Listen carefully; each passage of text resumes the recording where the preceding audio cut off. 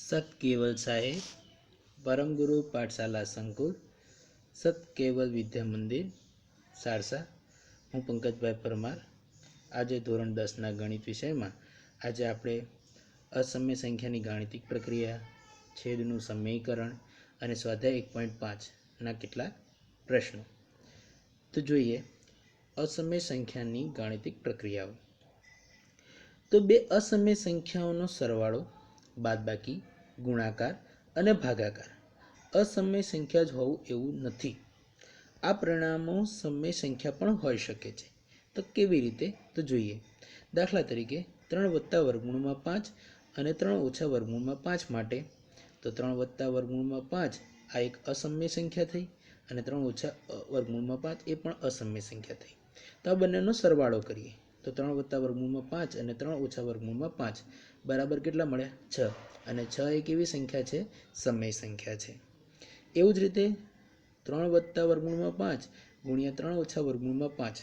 તો જુઓ 3નો વર્ગ આ નિત્યસમ છે, a + b a - b then a² - b². તો 3નો વર્ગ ઓછા વર્ગમૂળમાં 5નો વર્ગ. 3નો વર્ગ 9 અને વર્ગમૂળમાં 5નો વર્ગ 5 એટલે કેટલા થાય? 4. એ પણ એક સમય સંખ્યા છે. એટલે આપણે જોયું કે સરવાળો કર્યો તો સમય સંખ્યા ના મળી, ગુણાકાર કર્યો તો સમય સંખ્યા જ મળી. એટલે કે અસમય સંખ્યાનો સરવાળો, બાદબાકી, ગુણાકાર અને ભાગાકાર કરવામાં આવે તો જરૂરી નથી કે તમને અસમય સંખ્યા મળે, સમય પણ મળે. હવે જુઓ અહીંયા ધ્યાનથી, અસમય સંખ્યાનો સમવૃત્તાનો ગુણધર્મ ધરાવતી નથી. સમવૃત્તા એટલે શું? તો માની લો 5 + 5 કરીએ તો કેટલા થાય? 10. એટલે 5 એ પ્રાકૃતિક સંખ્યા અને 10 એ પણ પ્રાકૃતિક સંખ્યા. તો બંનેનો સરવાળો કરીએ તો આપણને પ્રાકૃતિક સંખ્યા જ મળે છે. પ્રાકૃતિક સંખ્યાનો સરવાળો પ્રાકૃતિક સંખ્યા. એ જ રીતે પૂર્ણ સંખ્યાનો સરવાળો પૂર્ણ સંખ્યા મળે. પૂર્ણાંકોનો સરવાળો પૂર્ણાંક જ મળે. બરાબર છે. અને સમય સંખ્યાનો સરવાળો સમય સંખ્યા મળે. અસમય સંખ્યાનો અસમય, તો એને સમવૃત્તા કહેવાય. પણ અહીંયા અસમયનો સરવાળો અસમય મળતો નથી. તેથી અસમય સંખ્યાઓ સમવૃત્તાનો ગુણધર્મ ધરાવતી નથી. અસમય સંખ્યાનો સરવાળો તથા ગુણાકાર વિશે ક્રમનો અને જૂથનો નિયમ ધરાવે છે. એટલે અસમય સંખ્યાઓ સરવાળા અને ગુણાકારના ક્રમનો નિયમ ધરાવે છે. સરવાળાના ક્રમનો અને ગુણાકારના ક્રમનો. વળી સમય સંખ્યાઓની જેમ વિભાજનનો પણ ગુણધર્મ ધરાવે છે. ધન વાસ્તવિક સંખ્યાઓ n મૂળ. n મૂળ એટલે જો આપણે વર્ગમૂળ કાઢીએ છીએ, આને કહેવાય વર્ગમૂળ, આને ઘનમૂળ, આને ચતુર્થ મૂળ, આને પંચમૂળ. આ રીતે આપણે કરીએ છીએ. બરાબર છે. તો આ જે ઘનમૂળ એટલે અહીંયા આવે, આ 4 અહીંયા આવે. સોરી ફરી એકવાર જોઈ લઈએ આપણે. આને કહેવાય વર્ગમૂળ. ઘનમૂળમાં આ રીતે હોય, અહીંયા 3 લખેલા છે. ચતુર્થ મૂળમાં પણ એવું જ, અહીંયા 4 લખેલા હોય. પંચમૂળમાં પણ અહીંયા 5 લખેલા હોય. બરાબર છે. એ જ રીતે n મૂળ. તો જો એ ધન વાસ્તવિક સંખ્યા હોય તથા n પ્રાકૃતિક સંખ્યા હોય તો એક અને માત્ર એક જ ધન વાસ્તવિક સંખ્યા x મળે કે જેથી x⁴n = a. બરાબર છે. હવે આનો મતલબ શું કહેવા માંગે છે તો ધ્યાનથી જોજો. x⁴n = a. મતલબ આનું ઘન. હવે જેટલું આ રીતે હોત x² = a તો આપણે વર્ગમૂળ લેત તો આપણને શું મળતું? x = વર્ગમૂળમાં a. પણ અહીંયા શું છે? n છે એટલે આપણે શું લઈશું? n મૂળ લઈશું. તો n મૂળ લઈએ બંને બાજુ. n મૂળ લઈએ તો શું થશે? x = n મૂળ a થઈ ગયું. તો જુઓ પછી, તો આ સંખ્યા x ને a નું ધન n મૂળ કહે છે તથા x = n મૂળમાં a લખાય છે. બરાબર છે મિત્રો. હવે આપણે સ્વીકાર્યું છે કે 0 ની n ઘાત બરાબર 0 અને 0 નું ઘનમૂળ n મૂળ તો 0. હવે 0 અહીંયા 0 સંખ્યા છે એટલે વાત બરાબર છે કે 0 ની n ઘાત એટલે 0 એ બરાબર છે. કેમ? તો કે 0 × 0. પણ માની લો 10 હોત અને એની 0 ઘાત હોત તો એક જ થાય. એ પાછું આપણે જોવાનું રહે.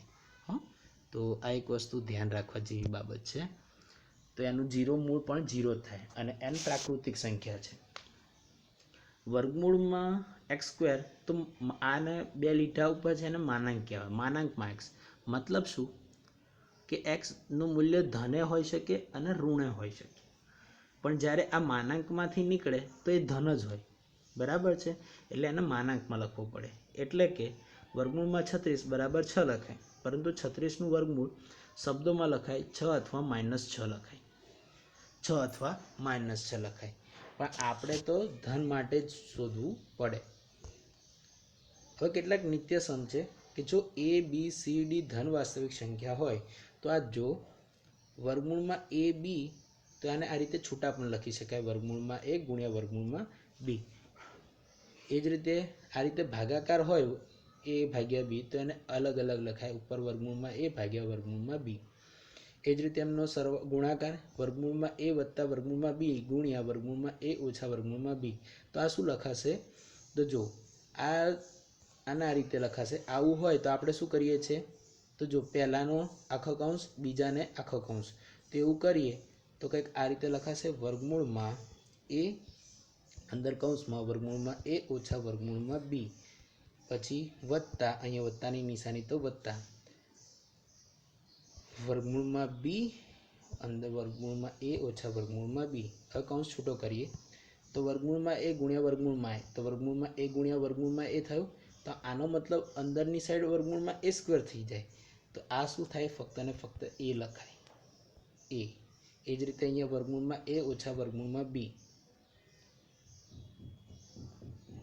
પ્લસ વર્ગમૂળમાં a ઓછા વર્ગમૂળમાં b, કેમ તો આ બંનેનો ગુણાકાર. એ જ રીતે હવે માઇનસ વર્ગમૂળમાં b ગુણ્યા વર્ગમૂળમાં b એટલે ખાલી b થાય. હવે આ માઇનસના પ્લસ 2 0, તો શું વધ્યું, a માઇનસ b, તો a માઇનસ b. એ જ રીતે અહીંયા પણ a પ્લસ b વર્ગમૂળમાં a પ્લસ વર્ગમૂળમાં b, a માઇનસ વર્ગમૂળમાં b, તો આનો વર્ગ અને આનો વર્ગ, તો a નો વર્ગ a² વર્ગમૂળમાં b નો વર્ગ b. a પ્લસ b ગુણ્યા વર્ગમૂળમાં a વત્તા વર્ગમૂળમાં b ગુણ્યા વર્ગમૂળમાં c વત્તા વર્ગમૂળમાં d, તો પહેલાનો પહેલા સાથે ગુણાકાર, પહેલાનો બીજા સાથે, તો જો વર્ગમૂળમાં a c ગુણ્યા વર્ગમૂળમાં a d, બીજાનો પહેલા સાથે, બીજાનો બીજા સાથે, તો વર્ગમૂળમાં c bc વર્ગમૂળમાં bc વર્ગમૂળમાં bd થઈ ગયું. ઓકે.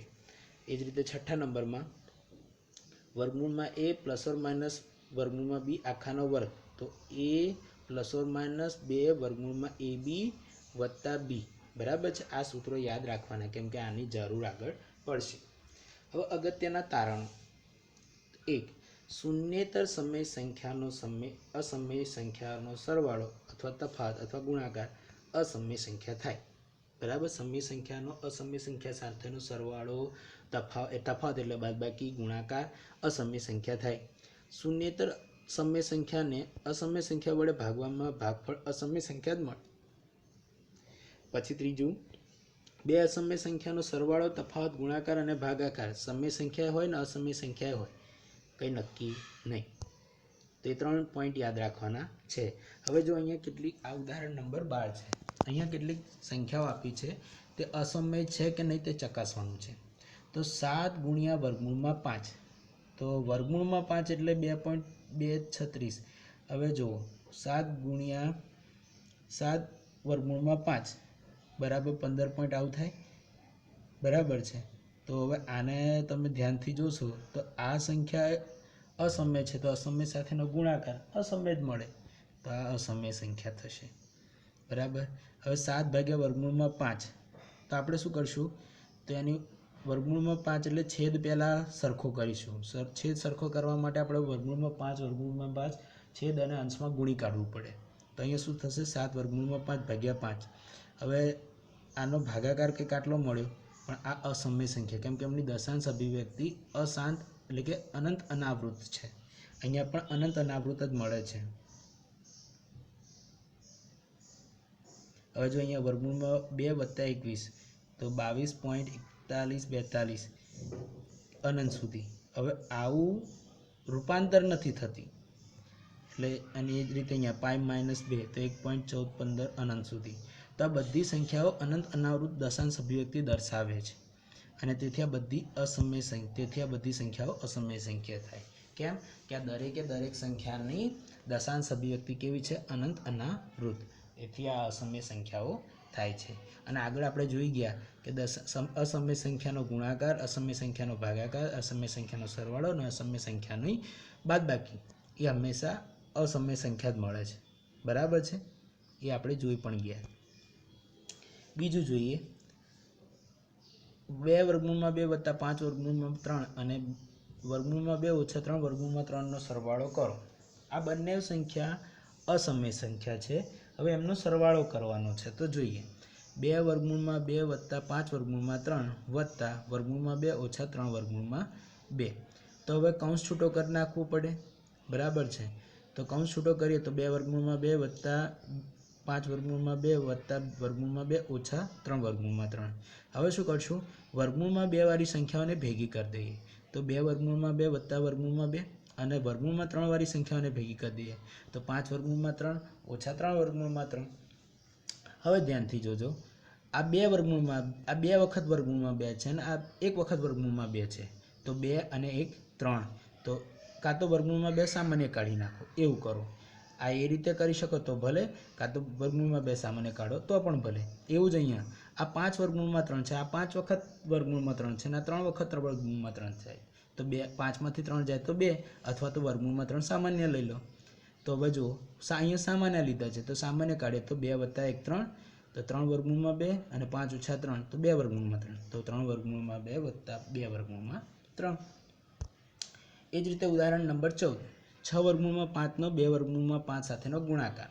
તો 6 વર્ગમૂળમાં 5 ગુણ્યા 2 વર્ગમૂળમાં 5. હવે જુઓ, સમય સંખ્યાનો ગુણાકાર કરી નાખો એટલે 6 ગુણ્યા 2, આ 2ને અલગ લઈ લીધા.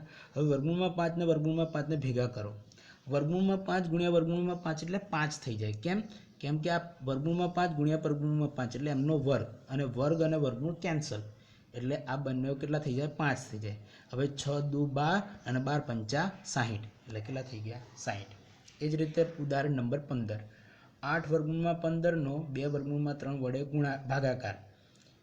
તો ભાગાકાર કરીએ તો જો 8 વર્ગમૂળમાં 15 એટલે અહીંયા ધ્યાનથી જોજો, 8 વર્ગમૂળમાં 15 છે, એનો 2 વર્ગમૂળમાં 3 સાથે ભાગાકાર. હવે 15 એટલે કેટલા લખાય? 15 એટલે 3 પંચા 15. તો 3 પંચા 15. હવે અગાઉ જ આપણે જોઈ ગયા કે આવું હોય, વર્ગમૂળમાં a b હોય તો વર્ગમૂળમાં a ગુણ્યા વર્ગમૂળમાં b લખાય. તો પછી અહીંયા પણ એવું લખાશે આવું કંઈક, વર્ગમૂળમાં 3 ગુણ્યા વર્ગમૂળમાં 5 ભાગ્યા 2 વર્ગમૂળમાં 3. હવે છેદ ઉડાડીએ તો વર્ગમૂળમાં 3 ગયા, વર્ગમૂળમાં 3 ગયા, 2 ચોક 8, વધે કેટલા? 4 વર્ગમૂળમાં 5. તો આપણો જવાબ આવે છે 4 વર્ગમૂળમાં 5. એ જ રીતે હવે ઉદાહરણ નંબર 16, નીચેના પ્રશ્નોના સાદુરૂપ આપો. તો પહેલું, 5 વત્તા વર્ગમૂળમાં 7 અને 2 વત્તા વર્ગમૂળમાં 5. તો અગાઉ અભ્યાસ કર્યો એ પ્રમાણે જ આ ગુણાકાર છે, આ ગુણાકાર છે. તો અહીંયા શું કરશું? પહેલાનો પહેલા સાથે, પહેલાનો બીજા સાથે. તો પહેલાનો પહેલા સાથે, તો 5 દુ 10, તો 10 વત્તા, અહીંયા વત્તા છે ને એટલે વત્તા વત્તા વત્તા, તો 5નો પહેલાનો બીજા સાથે એટલે 5 વર્ગમૂળમાં 5 વત્તા બીજાનો પહેલા સાથે, તો 2 વર્ગમૂળમાં 7 અને બીજાનો બીજા સાથે, તો 7 વર્ગમૂળમાં 5, તો 7 પંચા 35 એટલે વર્ગમૂળમાં 35. એટલે 10 વત્તા 5 વર્ગમૂળમાં 5 વત્તા 2 વર્ગમૂળમાં 7 વત્તા વર્ગમૂળમાં 35. એ જ રીતે અહીંયા પણ આ સેમ એવું જ છે, 5 વત્તા વર્ગમૂળમાં 5 ગુણ્યા 5 ઓછા વર્ગમૂળમાં 5.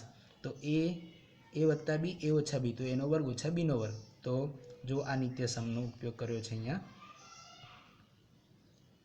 આ જે નિત્યસમ છે એનો ઉપયોગ.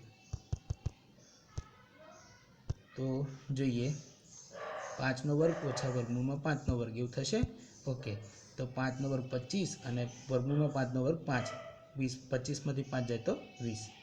એ જ રીતે વર્ગમૂળમાં 7 વત્તા વર્ગમૂળમાં 3 વત્તા વર્ગમૂળમાં 7નો આખાનો વર્ગ. તો શું થશે? a નો વર્ગ વત્તા 2ab, a નો વર્ગ વત્તા 2 વર્ગમૂળમાં, કાં તો 2ab વત્તા bનો વર્ગ. તો એનો અહીંયા કરીએ તો વર્ગમૂળમાં 3નો વર્ગ 3 વત્તા 2 વર્ગમૂળમાં 3 વર્ગમૂળમાં 7, તો આ બેન ભેગા લખાય તો વર્ગમૂળમાં 3 + 21. વત્તા 7 વર્ગમૂળમાં 7નો વર્ગ 7 એટલે હવે જો આ 3 અને આ 7નો સરવાળો થાય કેટલો થાય 10 અને 2 વત્તા 2 ગુણ્યા વર્ગમૂળમાં 21 એટલે 10 વત્તા 2 વર્ગમૂળમાં 21.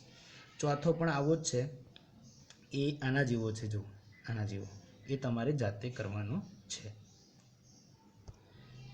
હવે સ્વાધ્યાય 1.5ના પ્રશ્ન નંબર 1, આપેલી સંખ્યાઓનું સમય અને અસમય સંખ્યાઓમાં વર્ગીકરણ કરો. તો જો 2 ઓછા વર્ગમૂળમાં 5 તો એ અસમય સંખ્યા છે. કેમ? અસમય સંખ્યાનો સમય સંખ્યા સાથે બાદબાકી અસમય સંખ્યા જ મળે, કારણ કે તે અસમય, જો કારણ કે તે સમય સંખ્યા 2 અને અસમય સંખ્યા વર્ગમૂળનો 5નો તફાવત છે અને એમની બાદબાકી અસમય સંખ્યા જ મળે. એ જ રીતે અહીંયા જુઓ 3 વત્તા વર્ગમૂળમાં 23 ઓછા વર્ગમૂળમાં 23, તો સાદું રૂપ આપીએ તો 3 વત્તા વર્ગમૂળમાં 23 ઓછા વર્ગમૂળમાં 23, તો આ વત્તા વર્ગમૂળમાં 23 ના ઓછા વર્ગમૂળમાં 23, તો આ બંનેનો બાદબાકી 0 થાય ને. કેમ? તો જો 5 ઓછા 5 હોય તો 0 થાય, તે વત્તા વર્ગમૂળમાં 23 ઓછા વર્ગમૂળમાં 23, તો એ પણ 0. તો કેટલા વધ્યા? 3 વત્તા 0 તો કેટલા થાય? 3. તેથી 3 કેવી સંખ્યા છે? સમય સંખ્યા. તેથી આ પણ કેવી સંખ્યા થઈ ગઈ? સમય સંખ્યા. એટલે જો અહીંયા લખે છે 3 વત્તા વર્ગમૂળમાં 23 અને વર્ગમૂળમાં 23નો તફાવત હોવા છતાં સમય સંખ્યા છે. એ જ રીતે અહીંયા જુઓ 2 વર્ગમૂળમાં 7 ભાગ્યા 7 વર્ગમૂળમાં 7. હવે અહીંયા વર્ગમૂળમાં 7 ને વર્ગમૂળમાં 7 સાદું રૂપ આપીએ તો આ રીતે બંને કેન્સલ થઈ જાય, એટલે વધે શું? 2 ભાગ્યા 7, અને 2 ભાગ્યા 7 એટલે p ભાગ્યા q સ્વરૂપ થઈ ગયું, અને p ભાગ્યા q સ્વરૂપ એટલે સમય સંખ્યા થઈ ગયું. જો 2 ભાગ્યા 7 આવી ગયું, 7 વર્ગમૂળમાં 7 કેન્સલ. હવે 2 વર્ગમૂળમાં 7 અને 7 વર્ગમૂળમાં 7 એ બે અસમય સંખ્યાઓના ગુણોત્તર સ્વરૂપમાં હોવા છતાં સમય સંખ્યા છે. એ જ રીતે આગળ જોઈએ 1 ભાગ્યા વર્ગમૂળમાં 2, અહીંયા આપેલું છે 1 ભાગ્યા વર્ગમૂળમાં 2. હવે જો એક સમય સંખ્યા અને આ વર્ગમૂળમાં 2 અસમય સંખ્યા, એ અસમય સંખ્યા 1 તથા અસમય સંખ્યા વર્ગમૂળમાં 2નો ગુણોત્તર હોવાથી આ અસમય સંખ્યા થઈ ગઈ. 2 પાઈ, હવે 2 સમય સંખ્યા છે ને આ પાઈ અસમય સંખ્યા, તો બંનેનો ગુણાકાર પણ કેવો થશે? અસમય સંખ્યા. એટલે લખે છે આ અસમય સંખ્યા છે, કારણ કે 2 પાઈ ગુણ્યા 2 પાઈ એટલે 2 ગુણ્યા 3.1415 બરાબર 6.38 જેવું થશે. એટલે કે અનંત અનાવૃત દશાંશ અભિવ્યક્તિ છે, એટલે અસમય સંખ્યા થશે. પ્રશ્ન નંબર 2, સાદુરૂપ આપો. તો સાદુરૂપ આપીએ તો જુઓ પહેલું 3 વત્તા વર્ગમૂળમાં 3 ગુણ્યા 2 વત્તા વર્ગમૂળમાં 2. તો જોઈએ 3 વત્તા વર્ગમૂળમાં 3 ગુણ્યા 2 વત્તા વર્ગમૂળમાં 2, તો પહેલાનો પહેલા સાથે, તો 3 ગુણ્યા 2, પછી વત્તા પહેલાનો બીજા સાથે, તો 3 વર્ગમૂળમાં 2, 3 વર્ગમૂળમાં 2, બીજાનો પહેલા સાથે તો 2 વર્ગમૂળમાં 3, અને બીજાનો બીજા સાથે 3 ગુણ્યા 2 વર્ગમૂળમાં 3 ગુણ્યા 2, તો 3 દુ 6 એટલે વર્ગમૂળમાં 6 થઈ ગયું. ઓકે. બીજો જોઈએ 3 વત્તા વર્ગમૂળમાં 3 ગુણ્યા 3 ઓછા વર્ગમૂળમાં 3, તો શું થશે? a² - b². તો જો એવું જ છે, અહીંયા 3નો વર્ગ ઓછા વર્ગમૂળમાં 3નો વર્ગ, 3નો વર્ગ 9 અને વર્ગમૂળમાં 3નો વર્ગ 3, 9 ઓછા 3 એટલે કેટલા? 6. એ જ રીતે હવે બી ત્રીજો જોઈએ વર્ગમૂળમાં 5 વત્તા વર્ગમૂળમાં 2નો વર્ગ, તો એ વર્ગમૂળમાં 5નો વર્ગ વત્તા 2 ગુણ્યા વર્ગમૂળમાં 5 ગુણ્યા વર્ગમૂળમાં 2 વત્તા વર્ગમૂળમાં 2નો વર્ગ. કયું અહીંયા આગળ આપણે નિત્યસમ જોઈ ગયા એના આધારે છે, તો એનો કરીએ આગળ સાદુરૂપ આપીએ તો વર્ગમૂળમાં 5નો વર્ગ 5 વત્તા 2 વર્ગમૂળની અંદર 5 ગુણ્યા 2, 5 ગુણ્યા 2 એટલે કેટલા? 10, તો 2 વર્ગમૂળમાં 10 વત્તા 2. હવે જો આ 5 અને 2નો સરવાળો થાય કેટલો થાય? 7. 5 વત્તા 2 7, તો 7 વત્તા 2 વર્ગમૂળમાં 10. એ જ રીતે ચોથો જોઈએ આગળ તો 5 ઓછા વર્ગમૂળમાં 5 ઓછા વર્ગમૂળમાં 2 ગુણ્યા વર્ગમૂળમાં 5 ઓછા વર્ગમૂળમાં 2, તો અહીંયા પણ a² - b² જેવું થઈ ગયું. તો જો a વત્તા b અને a ઓછા b, તો a² - b². તો વર્ગમૂળમાં 5 ઓછા વર્ગમૂળમાં 5 એટલે સોરી વર્ગમૂળમાં 5નો વર્ગ, તો વર્ગમૂળમાં 5નો વર્ગ ઓછા વર્ગમૂળમાં 2નો વર્ગ, વર્ગમૂળમાં 5નો વર્ગ એટલે 5 અને વર્ગમૂળમાં 2નો વર્ગ 2, તો 5 ઓછા 2 તો કેટલા? 3. ઓકે મિત્રો, હવે જોઈએ આગળ સમયકરણ એટલે કે છેદનું સમયકરણ. તો છેદનું સમયકરણ કેવી રીતે થાય? ક્યારેક કોઈક સંખ્યા આપણને આવી આપી હોય 5 ભાગ્યા વર્ગમૂળમાં 2, એટલે કે છેદમાં અસમય સંખ્યા હોય, કાં તો 10 ભાગ્યા વર્ગમૂળમાં 8, આવી છેદમાં અસમય સંખ્યાઓ આપેલી હોય, તો કોઈ અસમય સંખ્યાને શક્ય હોય તો યોગ્ય અસમય સંખ્યા વડે ગુણીને ગુણનફળ સમય મેળવવાની રીતને અસમય સંખ્યા કહેવાય. એટલે મોટાભાગે છેદમાં જ આપી હશે અને એને એવી અસમય સંખ્યા વડે ગુણવાની કે જેથી તમને જે છેલ્લે ગુણનફળ મળે ને એ સમય સંખ્યા મળે. તો જોઈએ કેવી રીતે. તો જોઈએ ઉદાહરણ નંબર 17. તો 1/2 છેદનું સમીકરણ કરો. તો આપણે જેનો છેદ સમય સંખ્યા હોય તેવી એક સમકક્ષ અભિવ્યક્તિમાં 1/2 ને દર્શાવીએ. તો જો આપણે જાણીએ છીએ કે √2 ગુણ્યા √2 સમય સંખ્યા થાય. તો આપણે શું કરશું, અહીંયા છેદમાં અહીંયા છેદનું √2 કાઢીને મારે આને સમય સંખ્યામાં ફેરવવું છે. તો હું શું કરીશ, તો વર્ગમૂળમાં એટલે છેદમાં પણ √2 વડે ગુણી કાઢીશ કે જેથી શું થઈ જશે, √2 ગુણ્યા √2 એટલે 2 થઈ જાય. તો જો અને √2 ભાગ્યા √2 એટલે 1 થાય. હવે જો અહીંયા એ જ કરે છે 1/2 બરાબર 1/2 ગુણ્યા એ √2 ભાગ્યા √2. તો આ જે લીધું એને કહેવાય કરણી લીધી કહેવાય. એને શું કહેવાય, કરણી લીધી કહેવાય. બરાબર. હવે જો 1 ગુણ્યા √2 તો √2, √2 ગુણ્યા √2 એટલે 2, √2 ભાગ્યા 2 એટલે છેદનું શું થઈ ગયું, સમીકરણ. છેદનું શું થયું, છેદમાં જે છે એનું સમીકરણ. અંશમાં ભલે ગમે તે સંખ્યા હોય પણ છેદમાં કેવી સંખ્યા આવી ગઈ, સમય સંખ્યા. અને આ સ્વરૂપમાં સંખ્યા રેખા પર 1/2 નું નિરૂપણ કરવું સહેલું થઈ જાય છે. આ બિંદુ 0 અને √2 ને સંગત બિંદુને જોડતા રેખાખંડનું મધ્ય બિંદુ થાય. એ જ રીતે અહીંયા પણ ઉદાહરણ 18માં છેદનું સમીકરણ 1/2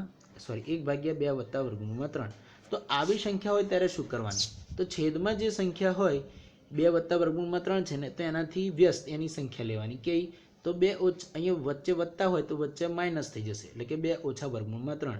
તો એકવાર ઉપર ગુણી નાખવાનું, નીચે ભાગી કાઢવાનું. એટલે જુઓ 1/2 ગુણ્યા 2 - √3 ભાગ્યા 2 - √3. શું કર્યું, ફક્ત અહીંયાથી જો અહીંયા પ્લસ છે એના માઇનસ કરી દીધા છે ને, અને ફરી ઉપર નીચે ગુણી નાખ્યું.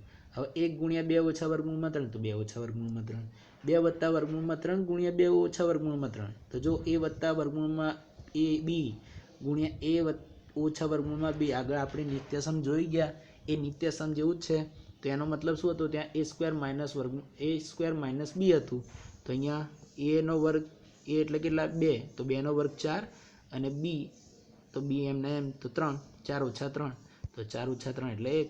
તો 2 - √3 ભાગ્યા 1 એટલે 2 - 3.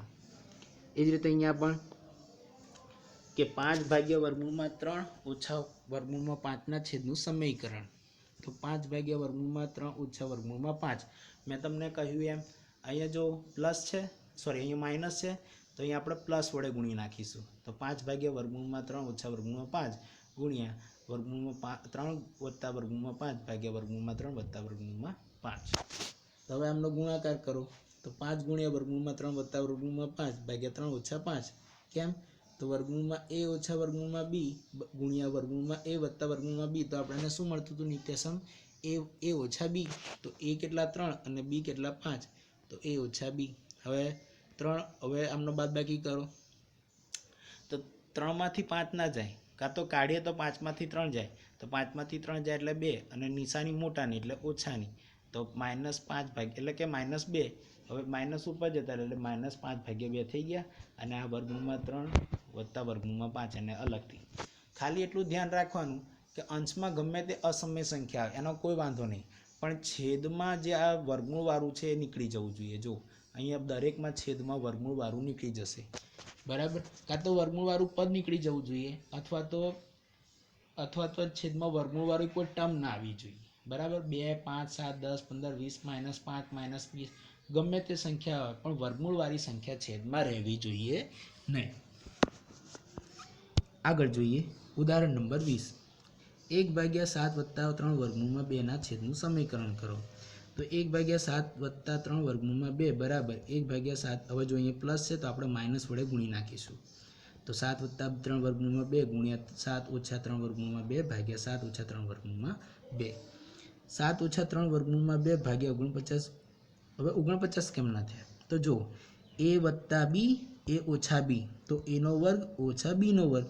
તો a નો વર્ગ a એટલે 7, a નો વર્ગ 49 અને b નો વર્ગ, તો b નો વર્ગ કેટલો થાય તો 3નો વર્ગ 9 અને વર્ગમૂળમાં 2નો વર્ગ 2, તો 9 દુ 18 એટલે 18 થઈ ગયા. તો 7 ઓછા 3 વર્ગમૂળમાં 2 ભાગ્યા 49 ઓછા 18. હવે 49 ઓછા 18 કેટલા થાય? 31. તો આ છેદમાં કેવી સંખ્યા આવી ગઈ? સમય સંખ્યા. ઉપર ભલે અસમય સંખ્યા, પણ છેદમાં કેવી સંખ્યા આવી ગઈ? છેદમાં કેવી સંખ્યા આવી ગઈ? સમય સંખ્યા. હવે જો આગળ સ્વાધ્યાય 1.5 નો પ્રશ્ન નંબર 5. બીજા જે પ્રશ્ન નંબર 3 અને પ્રશ્ન નંબર 4 જે રહ્યા છે એ નેક્સ્ટ વિડીયોમાં આપણે જોઈ લઈશું. હવે પ્રશ્ન નંબર 5 જોઈએ. તો આપેલ સંખ્યાનું છેદનું સમીકરણ કરો. તો પહેલું છે 1/7. તો જો 1/7 છે તો વર્ગમૂળમાં 7 ઉપર નીચે ફરીવાર ગુણી નાખવાના. તો 1/7 ગુણ્યા વર્ગમૂળમાં 7 ગુણ્યા ભાગ્યા વર્ગમૂળમાં 7. 1 ગુણ્યા વર્ગમૂળમાં 7 વર્ગમૂળમાં 7 વર્ગમૂળમાં 7 ગુણ્યા વર્ગમૂળમાં 7 તો 7. બીજો દાખલો જોઈએ. 1/7 ઓછા વર્ગમૂળમાં 6. તો અહીંયા માઇનસ છે તો આપણે કેટલા વડે ગુણીશું? પ્લસ વડે. તો જો 1/7 ઓછા વર્ગમૂળમાં 6 બરાબર 1/7 ઓછા વર્ગમૂળમાં 6 ગુણ્યા વર્ગમૂળમાં 7 વત્તા વર્ગમૂળમાં 6 ભાગ્યા વર્ગમૂળમાં 7 વત્તા વર્ગમૂળમાં 6.